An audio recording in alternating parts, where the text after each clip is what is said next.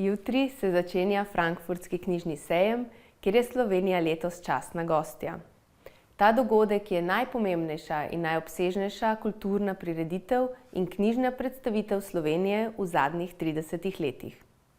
V slovenskem paviljonu bomo predstavili več kot 400 prevodov del slovenskih avtorjev v tuje jezike, ki so izšli v zadnjih 2 letih.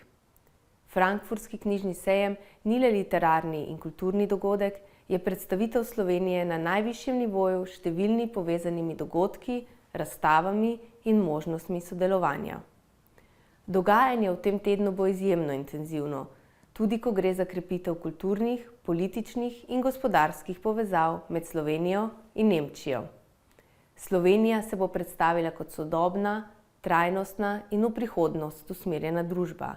Predstavljene bodo slovenska zgodovina, kultura in literatura, ki ni zgolj znotraj nacionalnih meja, ampak so njen sestavni del tudi zamejci ter avtorji, ki delajo v tujini, in pisci drugih narodnosti, ki živijo in ustvarjajo v Sloveniji.